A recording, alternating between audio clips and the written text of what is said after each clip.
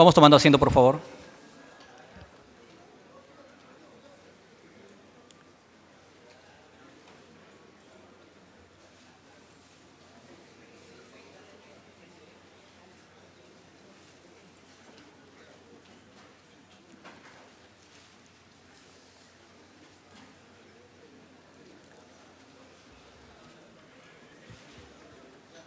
Bien, ¿me ayudan con las puertas, por favor, atrás? Van cerrando las puertas.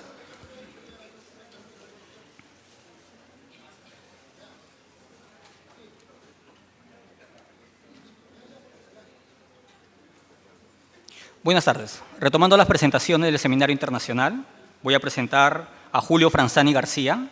Julio Franzani es ingeniero en prevención de riesgos y medio ambiente, magíster en gestión de calidad y MBA con mención en liderazgo estratégico, con más de 10 años de experiencia en temas relacionados con seguridad y salud ocupacional, co-construyendo y liderando la implementación de modelos de gestión, control y seguimiento para compañías nacionales y multinacionales.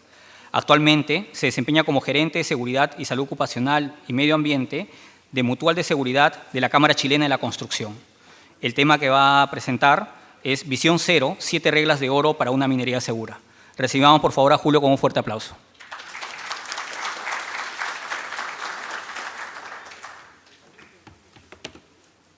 Muy buenas tardes, señoras y señores. Quisiera primero partir agradeciendo a cada uno de ustedes por la pasión, la alegría y motivación con el que enfrentan el trabajo diario entre la vida y la muerte.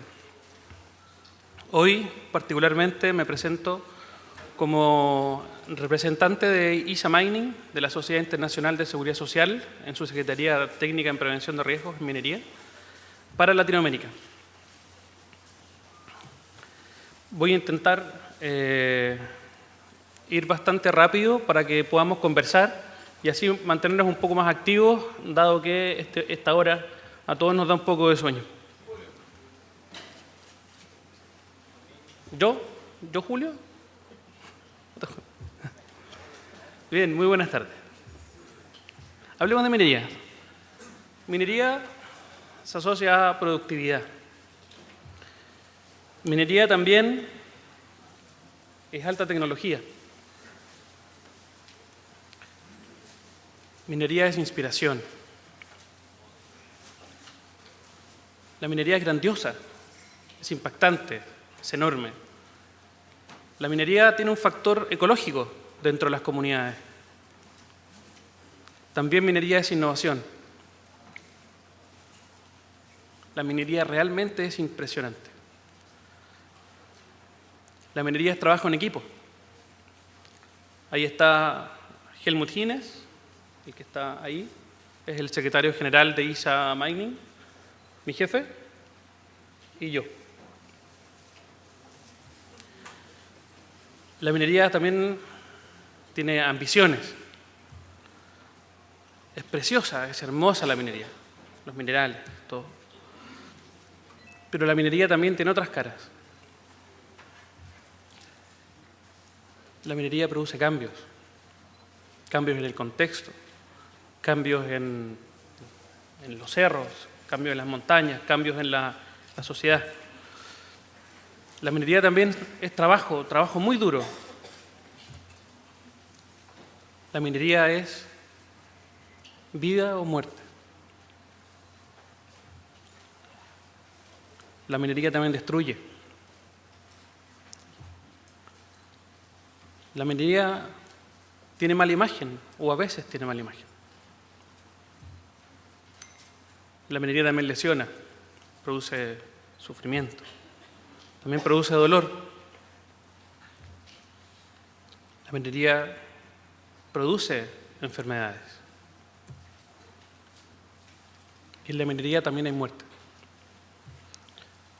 De eso hablemos de seguridad. 2 millones de enfermedades ocupacionales con resultado de muerte al año, según la OIT y el estudio que hace con la Sociedad Internacional de Seguridad Social.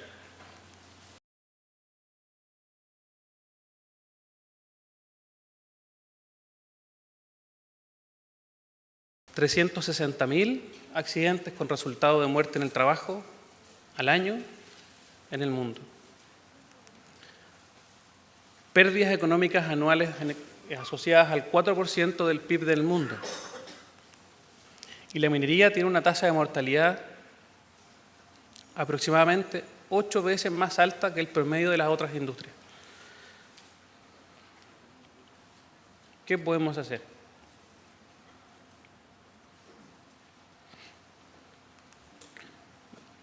Necesitamos una estrategia. Así nace Visión Cero en la Sociedad Internacional de Seguridad Social. Comienza la historia por allá por lo que pasó con el señor Bond en 1811, que como resultado de las explosiones que habían en la industria de la fabricación de explosivos, hizo responsable a sus gerentes. Ningún trabajador podía ingresar a una planta o una fábrica de explosivos, en este caso era pólvora negra. Ningún trabajador podía ingresar si es que sus ejecutivos, trabajadores, incluso él o su familia, había ingresado antes. Definió, como primera empresa o industria en el mundo, definió cuáles eran las normas de seguridad. Y además puso foco en la mejora de tecnología en el frente de los trabajadores. Por lo tanto, Visión Cero viene a ser una estrategia preventiva, una estrategia de prevención para un futuro seguro, desde hoy, sin enfermedades fatales o graves ni accidentes laborales en minería.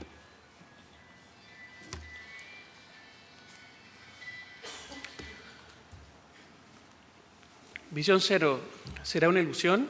¿Será una utopía? ¿Será algo inalcanzable? ¿O una misión posible? Nosotros creemos que tiene ciertos campos de acción. Y esos campos de acción tienen que ver primero con tecnología, con el lugar de trabajo, con las personas y con las normas. Por lo tanto, cuando hablemos de Visión Cero, vamos a estar hablando de que aplica o integra diferentes ámbitos de acción cuando estemos hablando de seguridad y salud en el trabajo. Estos 4.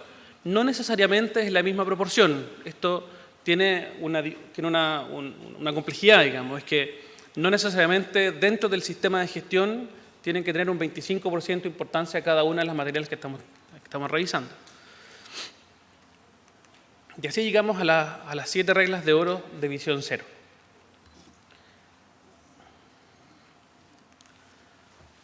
Primero, compromiso del liderazgo.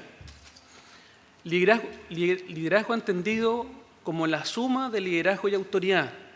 La autoridad, por lo menos en el modelo que nosotros trabajamos, la autoridad se define por 3 características.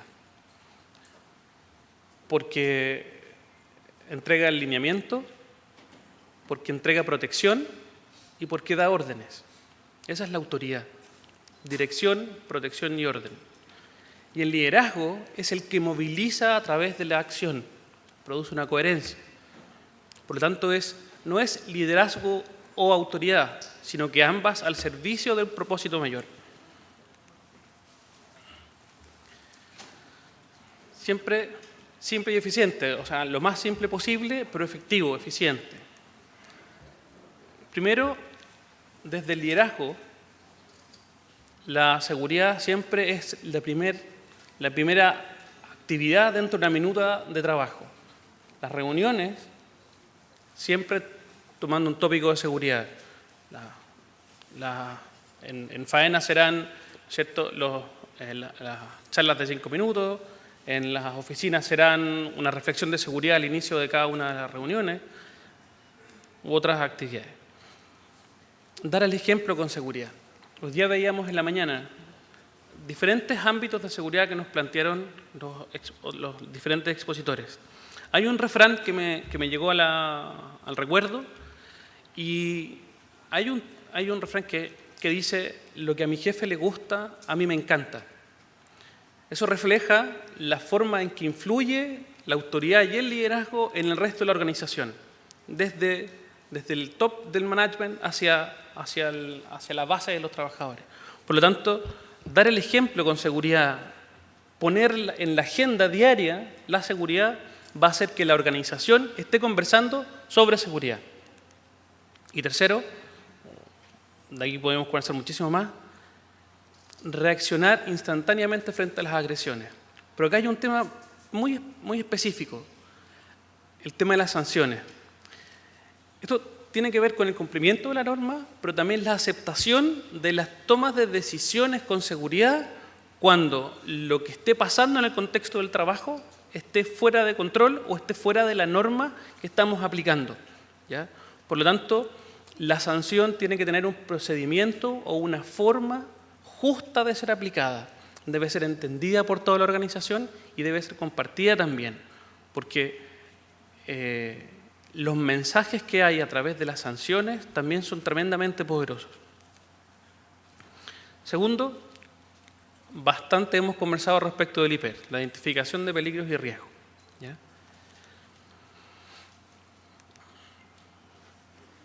Revisar, ¿no es cierto?, la data que tenemos, revisar en profundidad y hacernos preguntas respecto de cómo estamos revisando esa información. ¿Qué información nos está dando? No solo quedarnos con el qué, sino que en el por qué y el para qué. Preguntarnos también si la evaluación de riesgos está siendo sistemática, qué parte del contexto está cambiando, qué proceso es el que estamos revisando con los IPER que tenemos realizados, tratar de hacer el IPER con un grupo multidisciplinario para poder incorporar las miradas de diferentes profesionales, ingenieros, higienistas, médicos, gente de operación y también de los trabajadores. Incluir el mantenimiento y reparaciones. ¿De qué manera dentro del IPER, en las medidas correctivas o en las medidas de mitigación, estamos incorporando prácticas como la mantención preventiva y, ¿no es cierto?, cualquiera de las barreras, tanto activas o pasivas, que hemos visto durante la mañana. Y evaluar los accidentes de trabajo, enfermedades y los cuasi-accidentes. Dentro de los IPER tienen que estar recogidas todos aquellos riesgos a los que están expuestos los trabajadores en todas las fases de los procesos, ¿ya? No solamente los de seguridad industrial, no solamente los de continuidad operacional, sino también los de exposición a riesgos que producen enfermedades o que podrían producir enfermedades profesionales. Establecer objetivos. Los objetivos de seguridad deben ser propios, tienen que tener una identidad, ¿ya? Tienen que definirse dentro de la organización. Uno puede observar, ¿no es cierto?, puede hacer un benchmark y mirar qué es lo que están haciendo las grandes compañías. Uno puede mirar qué es lo que están haciendo aquellos que han tenido buenos resultados. Pero la definición del objetivo de seguridad y salud ocupacional de una compañía, de una faena, de un entorno, debe ser propio. Tiene que tener una identidad que sea capaz de aunar, ¿no es cierto?, a todo el contexto de trabajo. Tiene que ser capaz de evaluarse en el progreso y adaptarse dependiendo en el tiempo o la fase del proceso en la que se está implementando. Por lo tanto, los objetivos también tienen que estar incorporados al inicio, en la fase del proceso, y también tener objetivos o indicadores de resultados. Y finalmente, diseñar campañas de prevención. Recuerdo que ayer, cuando se planteaba que dentro de los indicadores el mes con más alta siniestralidad o accidentabilidad o mortalidad era febrero. No hay mucha profundidad en los datos, por lo tanto es complejo encontrar explicaciones.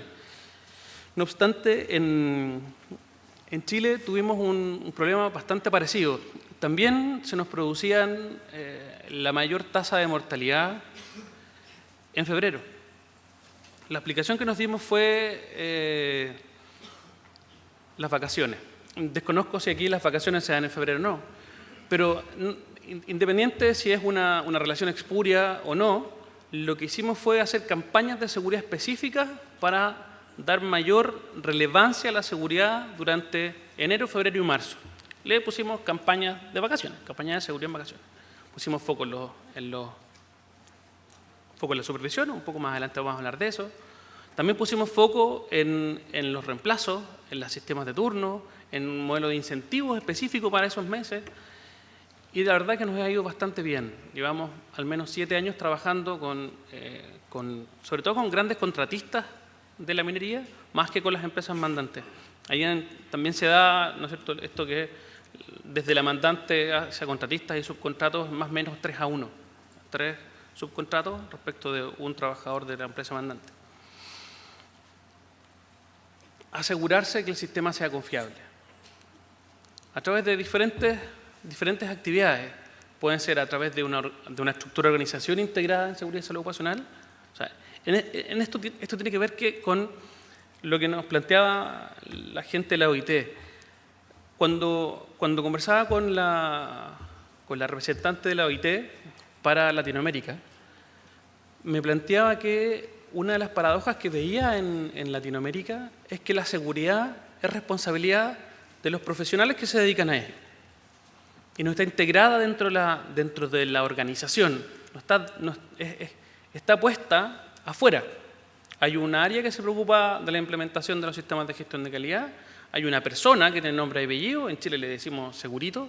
Entonces, son ellos en los cuales la organización entiende que recae la responsabilidad de la seguridad y no está integrada al día a día. Por lo tanto, ocuparnos de la integración de la seguridad como el trabajo bien hecho también es tremendamente importante.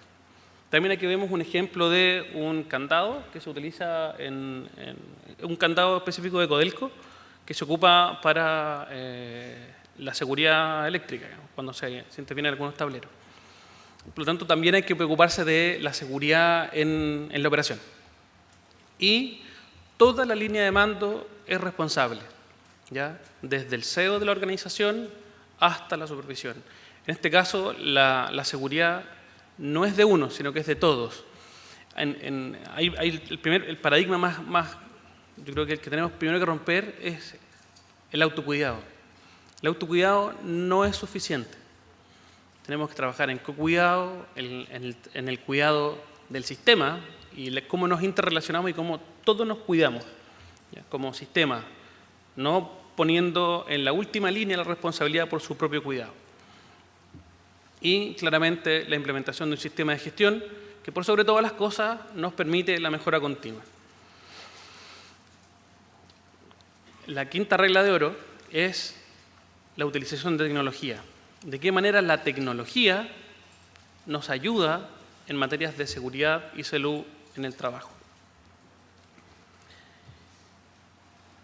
Ahora, las tecnologías tienen que considerar la seguridad y salud ocupacional cuando renovamos tecnología o cuando reutilizamos tecnología o cuando adaptamos tecnología.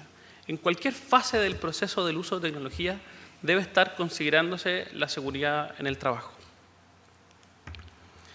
Las máquinas deben ser verificadas constantemente. Pero por metodologías lo menos complejas posible. Hay una actividad que se llama la vuelta al perro, digamos, en este tipo de actividades, en Chile al menos, y que consta en focalizar la mirada del operador de la máquina en los puntos críticos de operación, en los puntos críticos.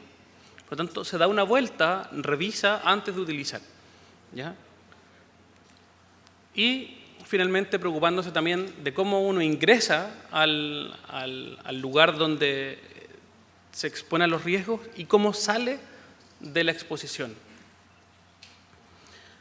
Recuerdo también que ayer comentaba, si mal recuerdo, el gerente del ISEM, que la mayor tasa de mortalidad se produce en el primer año o dentro del primer año de trabajo o en el año 1, digamos. Lo que no aparecía ahí es si era la primera vez que se enfrentaba a ese trabajo o era una persona calificada que venía de otra faena y que era el primer año en esa empresa. Por lo tanto, hay que quizás distinguir entre cuando ingresamos, cuando es primera vez que trabajamos en aquello, de lo segundo. La sexta regla de oro no están ordenadas por importancia, después vamos a ver otra forma de ordenarla. Tiene que ver con la mejora de las competencias. Se ha hablado latamente respecto de esto. Las competencias tienen que ser diseñadas y abordadas de acuerdo al trabajo que se va a realizar.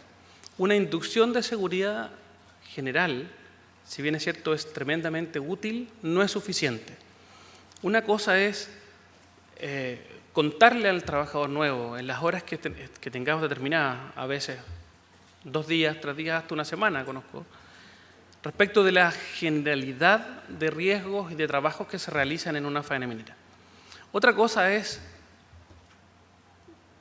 decirle a un trabajador específico sobre los riesgos a los cuales va a estar expuesto durante el desarrollo de su labor, ¿ya? Una cosa son el qué, el cómo, o sea, capacidades y competencias funcionales y conductuales. Tienen que converger en función de la generalidad de la empresa donde estamos trabajando y la puntualidad de la tarea o el proceso en el que se va a desempeñar. Por lo tanto, hay una obligación de informar los riesgos a los que va a estar expuesto en 2 formas, en el qué va a hacer y en el cómo realizarlo, ¿ya? En este sentido, las competencias de minería requieren educación para la minería. Se deben definir competencias específicas requeridas para cada puesto de trabajo, en el qué y en el cómo. Y, por supuesto, hemos también escuchado bastante sobre la rotación, sobre el ingreso de, ¿no es cierto?, trabajadores extranjeros o de comunidades o de diferentes tipos de trabajadores, la incorporación de trabajadores femeninos también en la minería. Por lo tanto, se necesita un plan de formación y capacitación que aborde las diferentes complejidades de trabajadores y de contextos. 7, y también relacionado con las personas, es la inversión en personas, ¿ya? La inversión en personas es entendida como la inversión en actividades y procedimientos y procesos que sean capaces de involucrar a los colaboradores, ¿ya? Aquí hay una teoría que es de Simard, un sociólogo, investigador francés, que lo que plantea es que hay que converger el bottom-up, ya desde cómo se producen las reglas desde del vértice más alto de la pirámide, y cómo desde la involucración de los colaboradores se produce una integración de cultura. Esta integración de cultura se produce a nivel de supervisión, ¿ya? Hay que tener y detallar formas de cómo recogemos la experiencia del trabajador, ¿ya? Eso hay que diseñarlo. Se puede hacer a través de encuestas, se puede hacer a través de focus group, se puede hacer incluso a través de trabajadores experimentados que tienen buen performance en la historia de seguridad, como profesores también, asociándolo también al punto 6, como profesores de otros colaboradores. Usar las ideas de un trabajador y contarlas, o sea, no sé si utilizan los buzones de ideas, cómo se gestionan, cómo se van incorporando estas ideas que van apoyando no solamente la mayor eficiencia o eficacia en la operación, sino que también una operación más segura como práctica. Reconocer los buenos desempeños en seguridad. Ahora, el reconocimiento de los buenos desempeños en seguridad no tiene que ver solo con el no accidente. Creo que poner todas las fichas al final del proceso hace que nos perdamos todo el trabajo y todo el esfuerzo que se realiza durante el desarrollo de la actividad. Por lo tanto, hay que también tener, como veíamos, indicadores de proceso o indicadores preventivos, digamos, antes de que ocurra un accidente. Por lo tanto, lo que nos muestra la experiencia es que si ponemos los premios solo en la salida del proceso, o sea, cero accidente, cero enfermedad, cero algo, y de ahí hacia atrás lo llevamos en reconocimientos monetarios al grupo completo, lo que empieza a pasar es que se esconden los accidentes, no se no los cuentan y no se reportan por miedo al ridículo, o también por una sanción más pública por parte del resto de los colaboradores u otro. Por lo tanto, tenemos que diseñar una forma en que se reconocen los buenos resultados y los desempeños en seguridad, no solo en resultado numérico del indicador, sino que también, por ejemplo, los reportes, por ejemplo, el cumplimiento del sistema de gestión, el cumplimiento de las horas de formación y capacitación del equipo, etcétera, etcétera. Desarrollar confianza hace una cultura. Por lo tanto, esto tiene que ver con conversar, conversar y conversar respecto de la seguridad y salud en el trabajo. La confianza tiene que ver también con la coherencia que estemos entregando entre lo que hacemos, lo que decimos y cómo nos desenvolvemos en el contexto, en el trabajo. ¿Ya? Otra forma de ver las reglas de oro es ponerlo en una forma más clásica, digamos, si lo podemos decir. Primero, el liderazgo. El liderazgo como base de toda la organización. Y el liderazgo, como conversábamos al principio, una mezcla, una mixtura, una convergencia entre la autoridad y el liderazgo. El liderazgo tiene que ver con la coherencia de los directivos entre el hacer y el decir. Cuando fallamos en esa coherencia, el mensaje que estamos entregando puede ser, en esta organización, si bien declaramos que la seguridad es importante, la verdad es que no lo es tanto. Porque ante cualquier necesidad de aumento de producción, lo que hacemos es dejarla un ratito de lado y seguir avanzando. Ejemplo, si necesitamos pasar de un lado a otro y el jefe va por ahí, lo pasa corriendo porque lo va a hacer una sola vez y cuando están los trabajadores tienen que dar un esfuerzo mayor y tienen que circular por donde está determinado circular. El jefe es quien representa el cómo se viven los valores de la seguridad y salud en el trabajo. Por lo tanto, eso se ve en acción. Ahora, esto es cuando los jefes van a terreno, los jefes, digamos, la dirección.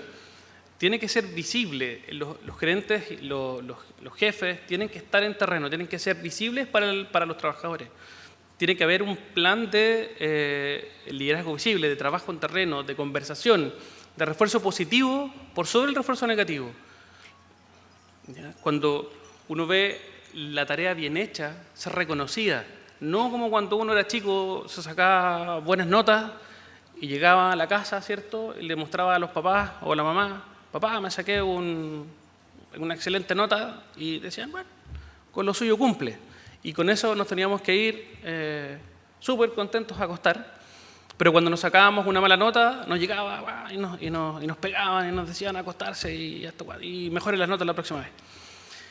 El refuerzo positivo nos permite permanecer en el tiempo. Y además, el refuerzo positivo no se esconde.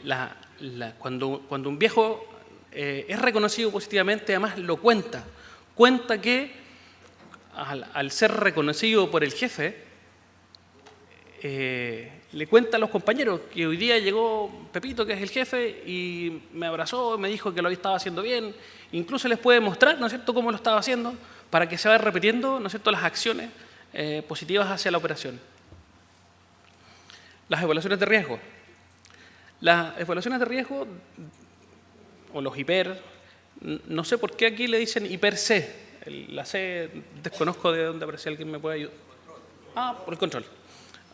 Ya. Nosotros, identificación de peligro, evaluación de riesgo. En los controles, como veíamos, si lo sacamos de Reason, vamos por jerarquía de controles. Tenemos que considerar lo que es menos visible, ¿ya? En general, el factor humano, digamos, las personas, tendemos a ver lo que es inmediato, positivo y cierto. Así actúa el cuerpo humano en forma natural. Por eso que nosotros somos capaces de enfrentarnos a situaciones de alto riesgo, porque las situaciones de peligro a las que nos enfrentamos, por condición natural del ser humano, no son ciertas, son probabilísticas y son negativas. Por lo tanto, el cerebro lo que hace es bloquearla. No lo vemos. Por eso que nosotros tenemos que aprender a pensar con seguridad. Tenemos que estar permanentemente reforzando las acciones de seguridad. Eso mismo lo tenemos que plasmar en cómo definimos los controles para esas tareas que estamos incorporando en el IPER. Y sobre todo aquellas que tienen relación con las enfermedades profesionales. Aquí en minería, por sobre todas las industrias, tenemos un montón de factores de riesgo que nos pueden producir enfermedades profesionales. No solamente polvo, ruido, vibraciones, etcétera, etcétera, etcétera. Por lo tanto, reconocerlas y tener acciones activas, barreras activas, ¿no es cierto?, para la reducción de la probabilidad de accidentes y enfermedades es tremendamente necesario e indispensable. Tercero, los objetivos. ¿Qué objetivos nos estamos poniendo? Objetivos de corto, mediano y largo plazo. Objetivos que tengan relación con el quehacer y les hagan sentido a aquellos que están en el frente, aquellos que por exposición al riesgo tienen más probabilidad, ¿no es cierto?, de tener un accidente o desarrollar una enfermedad profesional en el futuro. Los sistemas confiables o los sistemas en los que conversábamos, los sistemas de gestión. ¿Qué tipo de sistema de gestión vamos a implementar? ¿Dónde vamos a hacer énfasis? Ahora vemos cómo la OSA 18001 se está transformando en la ISO 45001. Vamos a ver qué pasa con eso. ¿Qué otros sistemas de gestión estamos implementando? En Chile nos estamos obligando, la autoridad nos está obligando a incorporar en el sistema de gestión variables que antes no veíamos. La primera fue el plan de erradicación de la silicosis. Hoy día tenemos el ruido, polvo neumoconiógeno, rayos ultravioleta. Estamos incorporando planes de gestión y de mitigación para factores psicosociales, que es el último. Y así quedan dos más, que son básicamente para abuso. Ahora estamos incorporando altura geográfica intermitente, que también se tiene que meter como sistema de gestión. Y finalmente algunos que son específicos para agricultura y que no tienen relación con la minería, claramente. Dentro de los sistemas confiables tiene que ver con la revisión también, una revisión activa. La revisión no necesariamente tiene que ser del sistema en su totalidad cada vez que lo estemos revisando. Podemos hacer revisión por capítulos o por materias, dependiendo qué materia de ese sistema de gestión afecta más a un área u otra, ¿ya? Por lo tanto, no necesitamos pararnos todos y preparar una auditoría completa y compleja de todo el sistema cada vez, sino que también podemos ir haciendo listas de chequeo, caminatas por la faena o por la obra o por el proceso. Podemos hacer diferentes tipos de revisión del sistema, si es confiable o no. Y aquí hay un punto que se me había quedado. Nunca estar confiado de que el sistema es confiable. Siempre tener la duda respecto de si el sistema es o no suficiente. Y aquí me conecto con lo que se planteó en las exposiciones de hoy día en la mañana. El concepto del cisne negro es tremendamente relevante. El cisne negro es aquello que desechamos a veces en el IPER, por poco probable. No, ¿sabéis que se junte esto con esto y con esto? No. O es aquello que no estamos viendo, es aquello que no vemos porque los paradigmas en los cuales estamos parados nos enceguecen. De hecho, si seguimos mirando la pirámide de Frank Beard, nos enceguecemos. Hoy día vimos una modificación de esa pirámide en función de la consecuencia, donde en las industrias de alto riesgo, la verdad es que lo que tenemos que tener son dos estrategias distintas. Una estrategia para la frecuencia, que sea capaz de abordar la frecuencia, y una estrategia distinta para abordar el impacto. Es así como el paradigma en los cuales estamos parados desde los años 40, 50, es que en la medida que trabajamos sobre la frecuencia vamos a disminuir la probabilidad estadística de un muerto. Y lo que pasa es que en minería hemos disminuido muchísimo la frecuencia, pero la mortalidad sigue siendo de las industrias más altas, junto con el transporte, básicamente. Por lo tanto, los paradigmas de trabajar sobre la base estadística no es suficiente. Y es ahí donde la industria petroquímica, la industria aeroespacial, la industria aérea, nos ha enseñado que hay que tener estrategias específicas, modelos específicos y nuevos paradigmas para enfrentar la mortalidad. De hecho, tengo un cuento. El año pasado, y esto me hace recordar una historia. El año pasado, el gerente general de una contratista de una gran industria minera, que también está acá, una gran mandante, digamos, es citado a comparecer frente a la Comisión de Seguridad porque tuvo un accidente. No logró entender por qué, si el accidente para él era insignificante. No obstante, como estaba en juego, ¿no es cierto?, su contrato de operación, fue. Y en realidad, a la Comisión de Seguridad de la empresa mandante no le interesaba el accidente o el trabajador accidentado, sino que cómo afectaba la frecuencia ese accidente.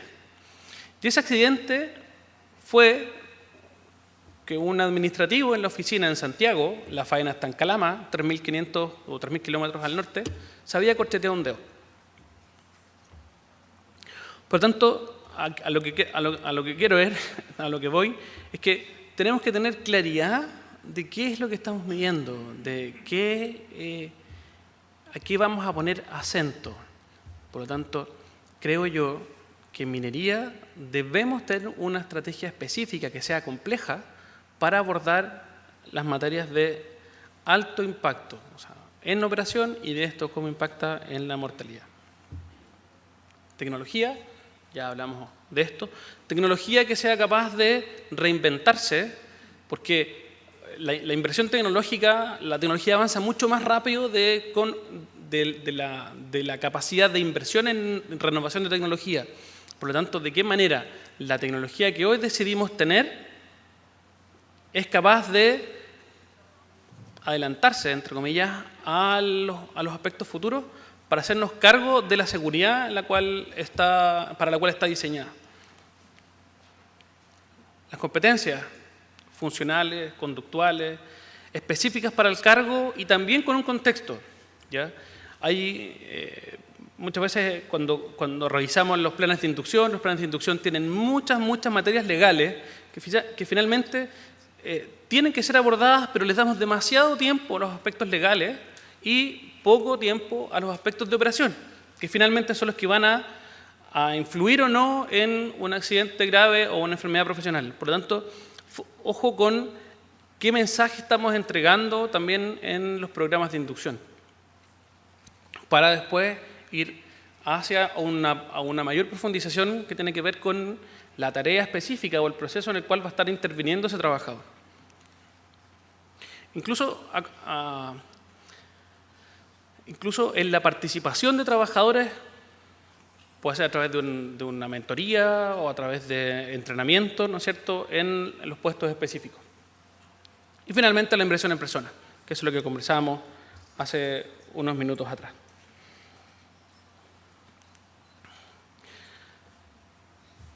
Esas son las 7 grandes reglas de oro. Hay que hacer un zoom, un doble clic en cada una de ellas. Hay bastante material de esto. Y ahora quiero contarles un poco sobre qué es ISA Mining y qué es lo que hacemos y qué es lo que queremos hacer también en Latinoamérica. Por lo tanto, como conclusión, las 7 reglas de oro lo que nos va a permitir es el desarrollo de cultura de seguridad, una cultura de seguridad integrada. ISA Mining es parte de la Organización Internacional del Trabajo, de la OIT, tiene sede en Ginebra, en el mismo edificio de la OIT, y tiene diferentes secciones. Secciones de prevención de riesgos ocupacionales, que son estas 10. Una de ellas es minería. Son absolutamente independientes desde el punto de vista financiero de la OIT, actúa con miembros asociados, tiene actores claves en programas de prevención y organiza actividades por industria. ¿Ya? El ISA Mining lo que busca es promover seguridad y salud en la minería, es independiente e internacional y también es una organización sin fines de lucro, que trabaja en una plataforma global. Hoy día está presente en Europa, Asia, Oceanía, África y desde octubre del año pasado ya a través de nosotros, de la Mutual de Seguridad, como plataforma de incorporación a Latinoamérica. Las metas de ISA Mining hoy día son básicamente poder influir, ¿no es cierto?, en las políticas de seguridad y salud ocupacional a nivel global, a nivel del mundo, y sobre todo por las condiciones sociales y laborales aceptables, como parte del concepto de trabajo decente que promueve la OIT. Tiene una estructura que tiene que ver básicamente con una dirección, tiene una secretaría técnica y tiene, ¿no es cierto?, miembros que son de distinto tipo, miembros ordinarios, miembros corresponsales y miembros expertos. Aquí podemos hablar de empresas o también miembros como miembros profesionales, digamos, una persona natural que quiera ser parte de ISA Mining. Están con trabajos en estas partes, donde lo vemos en verde, están los miembros de ISA y los que están en los puntos en rojo son donde hay representación. ¿Ya? Hoy día en Latinoamérica la representación está en Chile, un poquito más abajo. ¿En qué campos de acción se desempeña ISA Mining? Primero, en el desarrollo de políticas de seguridad y salud ocupacional. Políticas que tienen que ver más con el convenio 187 de la OIT y el apoyo a gobiernos, y también con políticas de seguridad y salud ocupacional en empresas y organizaciones. En la gestión y estructuración de sistemas de gestión en seguridad y salud ocupacional, en algunos puntos de tecnología, decisiones de tecnología, hace evaluaciones de contexto en materias de agentes físicos y biológicos, tiene acción también en protección de la salud, tanto preventiva como o ex antes y ex post, digamos, de la exposición a un agente, hace formación y entrenamiento, trabaja bastante en temas de rescate, hace también formación y capacitación y cómo influencian en materias de evaluaciones de riesgo, de comportamiento seguro, de elementos de protección personal y también asesorías en seguros de accidentes, esto en algunos países, sobre todo en la parte de Asia-Pacífico, en la ASEAN, están trabajando y en África, llevan más de 10 años trabajando con Vietnam, en el Congo y países miembros de la ASEAN, OSNET y eso. Hoy día parte de la red global tiene que ver con empresas e instituciones. Nosotros estamos acá, Mutual de Seguridad de la Cámara Chilena de la Construcción, somos una aseguradora privada sin fines de lucro que trabaja básicamente en Chile, digamos, parte de la seguridad social. Algunas cosas que hemos realizado como ISA Mining son conferencias y talleres en diferentes partes del mundo. Diseñamos y entregamos diferentes tipos de newsletters o de comunicaciones a través de la página web. También algunas recomendaciones técnicas específicas para en algunas materias. Las auditorías, sobre todo, hemos trabajado con auditorías a faenas mineras, auditorías independientes en Turquía. Ahí está nuestro presidente, con el presidente de una minera extractora de carbón, si mal no recuerdo, en Turquía. Lo que buscamos es traer expertos de diferentes partes del mundo a hacer auditorías independientes y poder entregar recomendaciones respecto a la seguridad. También en materias de el mejoramiento de desempeño económico, el año 2011 se evacuó el primer informe sobre un proyecto de investigación que se hizo en 16 países, que se presentó en la última versión del Congreso Mundial. Se llama Return of Prevention, el ROP, que dio como promedio en los 16 países donde se desarrolló la investigación, de 2,2. Esto quiere decir que por cada peso o dólar o sol que invertamos en seguridad sobre el trabajo, nuestro retorno tiene al menos un 2,2. Esto va a depender del tipo de industrias también, no es específico para minería, sino que se hizo en el contexto de cada uno de los países. Los seminarios sobre las 7 reglas de oro, la idea es hacer seminarios específicos, o sea, un seminario general, una exposición quizá un poco más profunda que la que hice hoy día sobre cada una de las reglas, y también seminarios específicos sobre cada una de las reglas. Ir abordando en 7 seminarios distintos las 7 reglas de oro. Tanto sus principios, bueno, como está ahí, los argumentos, cómo se implementan, qué prácticas podemos compartir y cómo vamos a ir chequeando la implementación de las prácticas. ¿Qué queremos hacer en el futuro? Primero, extender más e intensificar la red global que estamos construyendo y claramente intensificar las actividades en Chile y Latinoamérica o América del Sur por la cooperación que firmamos en octubre del año pasado con Mutual de Seguridad.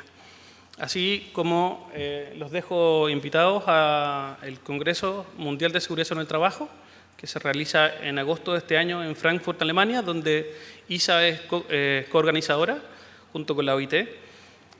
Hay en agosto, a continuación del Congreso Mundial, va a haber un taller de estrategia y una gira de estudios que dura más o menos una semana en ISA Mining, y una conferencia sobre rescate minero que va a ser en septiembre del 2015 también en Berlín.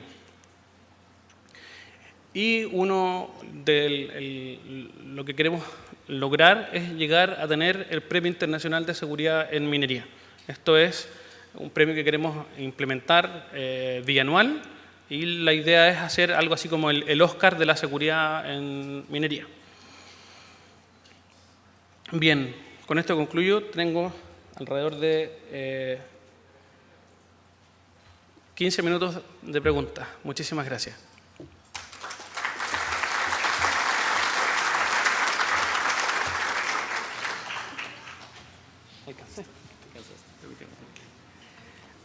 Bien, seguiremos el procedimiento de la mañana. Por favor, levantan la mano, se van a acercar con el micrófono para resolver la pregunta.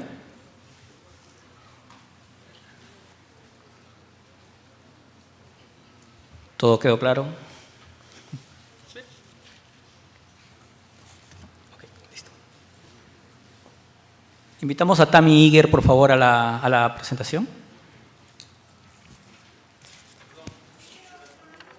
Ok. Por favor, le alcanza el micrófono.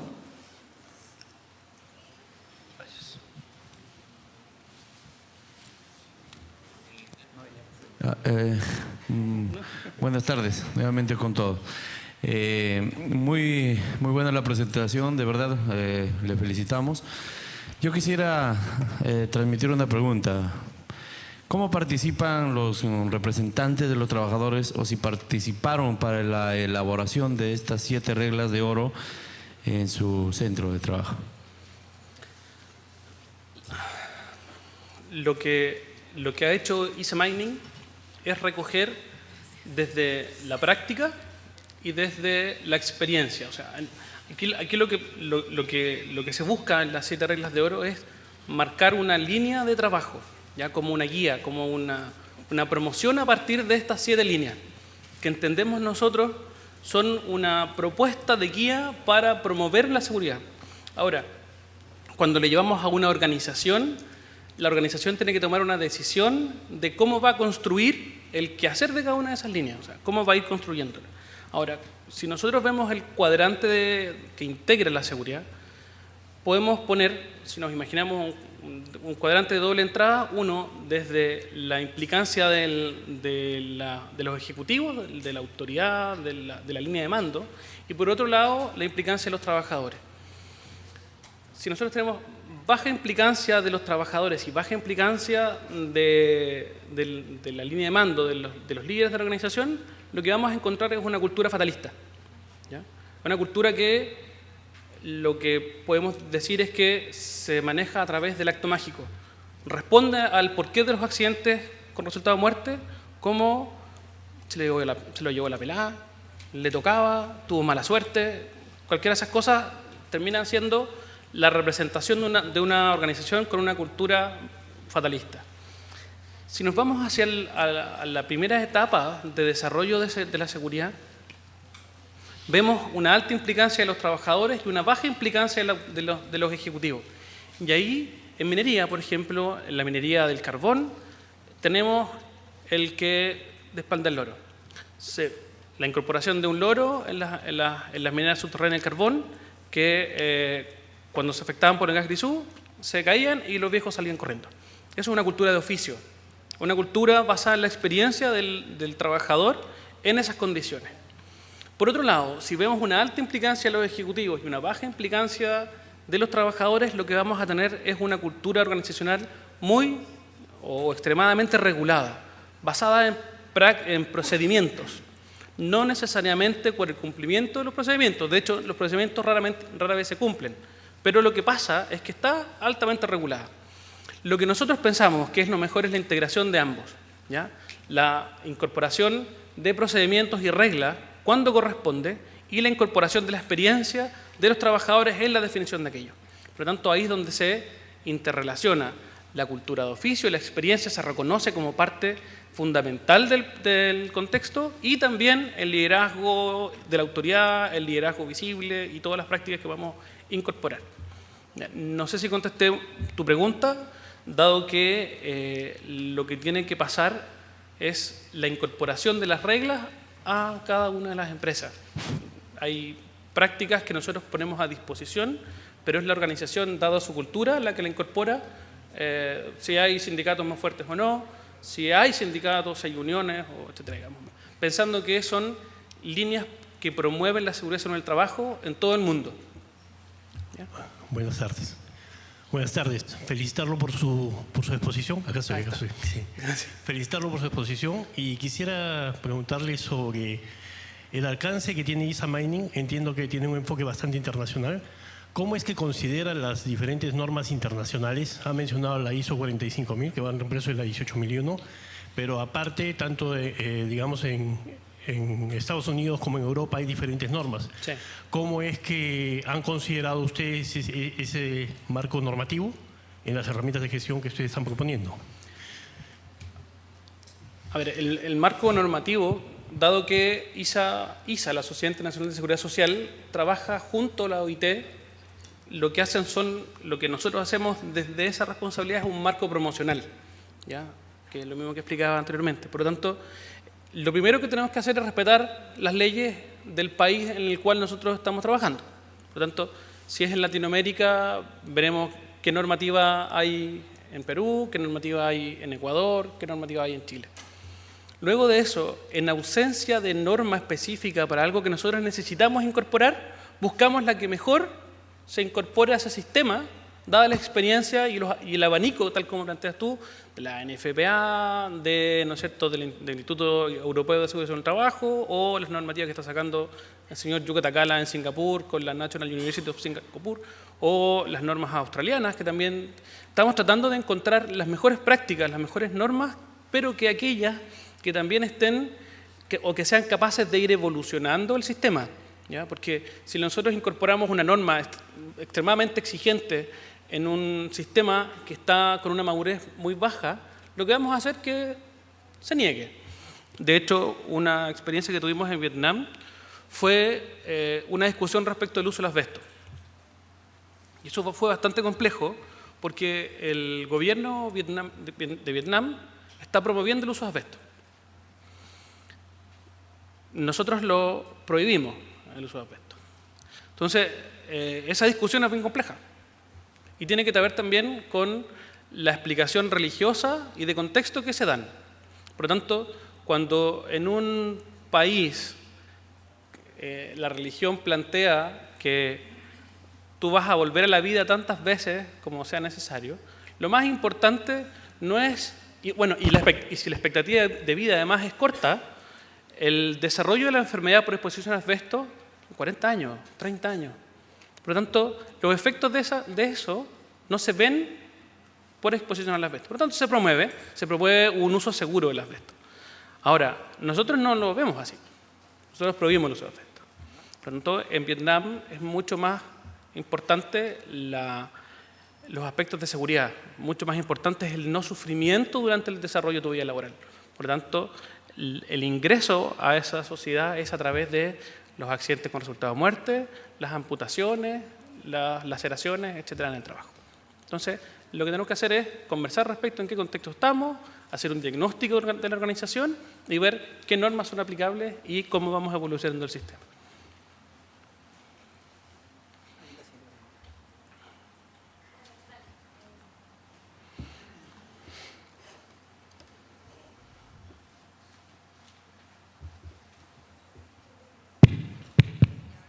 Ahora sí. Muchas gracias. ¿Qué tal? Felicitaciones por la exposición. Vengo de una empresa de seguridad, de JB Resguardo, Liderman aquí en Perú, y estaba interesada en preguntar cuán importante es aplicar esas 7 reglas de oro y sobre todo cuánto se potencia el llevar a cabo, el ejecutar esas reglas de oro de parte, para mi punto de vista, y quisiera que también me lo confirme o me dé su punto de vista al respecto, de la importancia efectivamente del hombre de seguridad, que es quien va a hacer que se lleven a cabo esas 7 reglas, porque el departamento que elabora, que revisa las 7 reglas, puede estar de acuerdo, puede funcionar en el papel, pero ¿son ellos quiénes son los principales que van a hacer que funcionen en la aplicación? Buena pregunta. Yo creo que es una pregunta que uno siempre se hace, digamos, finalmente, ¿quién hace que el sistema tenga vida? Y es un poco lo que conversábamos hace un rato atrás, digamos, la responsabilidad no queda en quien implementa, en el segurito, o el experto o el profesional que se dedica a materia de seguridad en el trabajo, sino que es responsabilidad de todos, partiendo por la línea de mando top-down, digamos. Ahora, todo el sistema y el contexto de trabajo tiene que tener cierta responsabilidad sobre la acción o no dentro de las reglas. Ahora, las reglas, como son promocionales, tú puedes incorporar más o menos en el sistema, digamos. Puedes tener un sistema tremendamente robusto o puedes tener un sistema que es para pequeñas empresas. Son líneas por las cuales nos vamos a mirar. Lo que nosotros creemos que no tiene que haber es la ausencia de trabajo en alguna de esas líneas. Por ejemplo, no puede haber un sistema que no tenga incorporado la variable tecnología, o la variable persona, o el liderazgo, por ejemplo. Hay que determinar cómo vamos a ejecutar cada una de esas líneas, y para eso hay diferentes herramientas, diferentes implicancias. El tema es cómo lo integramos.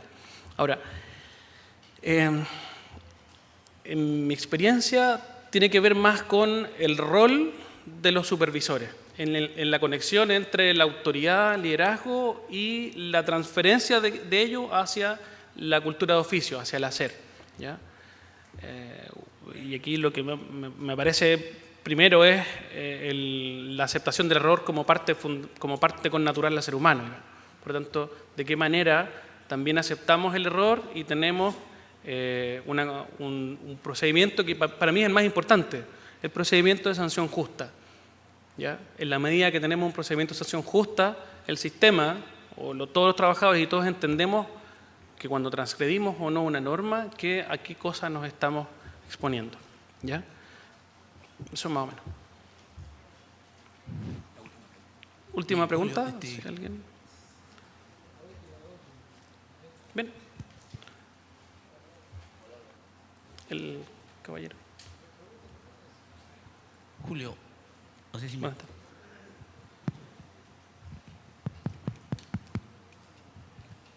Julio, bueno, mi inquietud es hacerle más que todo, digamos, cómo nosotros podemos encajar estas herramientas, ¿no?, que nos estás explicando. Efectivamente, en algunas empresas mineras que he podido visitar, ya tienen implementado algunas herramientas que nos ayudan a ver en la parte de actitud y comportamiento. Básicamente, en estos sistemas de gestión está orientado a la parte de liderazgo, ¿no? Si nosotros no tenemos un buen liderazgo en la empresa minera, entonces vamos a tener cierta dificultad en la implementación de estas herramientas que mucho nos va a ayudar en mejorar la gestión de la seguridad en la empresa. Básicamente, es importante considerar en la empresa cómo está su cultura de seguridad, ¿no? Dependiendo del nivel de cultura de seguridad que tenga la empresa, nosotros podemos ir implementando mediante un diagnóstico básicamente para ver en qué medida podemos nosotros ir beneficiando a la empresa, ¿no?, a la medida, digamos, de las posibilidades que se pueden encontrar en la misma. A ver, si vamos en orden, el diagnóstico es tremendamente importante y es la primera etapa. El diagnóstico no resuelve el problema, sino que el diagnóstico lo evidencia, nos muestra cómo estamos respecto de donde pensábamos que estábamos. Y en general los diagnósticos de cultura de seguridad se hacen a la organización, pero lo importante es hacerlo a los diferentes segmentos de la organización. Dado que la percepción de seguridad o de cultura de seguridad que hay en los directivos no necesariamente están en los trabajadores o en los sindicatos o en la línea de supervisión o en operaciones respecto de la administración. Por lo tanto, la mezcla de culturas es lo que finalmente determina la cultura organizacional. Ahora, al igual que todo, digamos, las organizaciones no están partiendo, ya partieron. Por lo tanto, lo que tenemos que ver no es cómo hacemos encajar estas 7 reglas de oro en el sistema, sino que cómo el sistema que tenemos es capaz de dar cuenta a las reglas que estamos promocionando. Una de las cosas que, por ejemplo, lo que hicimos el año pasado fue llevar las 7 reglas de oro a una división de Codelco, a teniente. Y lo que hicimos fue ver, por ejemplo, qué acciones de liderazgo que se estaban realizando. Entonces, lo que hicimos fue preguntarles al equipo de operaciones, de la gente de la vicepresidencia de proyecto que estaba trabajando en teniente también, qué acciones de liderazgo estaban haciendo y cómo lo estaban haciendo. O sea, qué están haciendo y cómo, ir a ver cómo se está ejecutando. Y uno va viendo si esas acciones de liderazgo, qué tipo de respuesta están dando. Por ejemplo, en general todos los proyectos de observaciones de conducta y la estadística que en general mostramos es que 2/3 o 3/4 incluso de los accidentes se deben a comportamiento. Lo que no decimos es que de ese segmento, de ese 75-80%, el 90% de eso se debe a condiciones y a factores de la organización que influyeron en el trabajador para que tuviera un error. El error finalmente, claro, fue de un trabajador. Un trabajador metió la mano, no sé, nos quedamos ahí.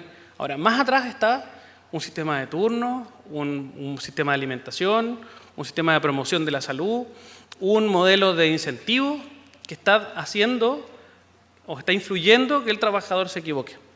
¿Te fijas? Por lo tanto, hay que cuestionar la forma en que estamos explicando los accidentes también. ¿Qué nivel de profundidad le estamos dando a eso? Y así con las otras 7 reglas. ¿Qué sistema de formación y capacitación tenemos? Si estamos haciendo solo capacitación funcional, explicando el qué, o si también estamos explicando el cómo, si nos quedamos tranquilos con la inducción, o también estamos trabajando en materias específicas. ¿Quién le entrega los conocimientos a ese trabajador? ¿Ese trabajador le entrega liderazgo o autoridad a la persona que lo está formando? Y así, vamos mirando el sistema en función de lo que tenemos.